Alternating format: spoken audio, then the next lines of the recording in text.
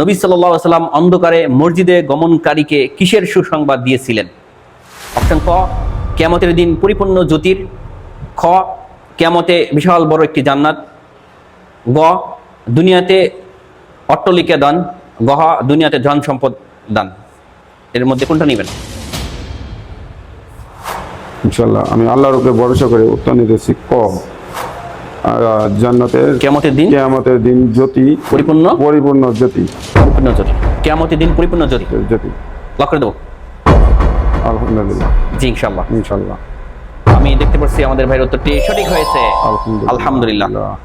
এখানে গুরুত্বপূর্ণ একটি বিষয় আছে প্রিয় দর্শক, যারা এই দুনিয়াতে যারা অন্ধকারে অর্থাৎ ইশারা নামাজ এবং ফজরের নামাজ এর মধ্যে এই অন্ধকারকে ভেদ করে যে মসজিদে গমন করে, আল্লাহ সুবহানাহু ওয়া তাআলা তাকে কিয়ামতের দিন পরিপূর্ণ জ্যোতি দান করবেন। সুবহানাল্লাহ।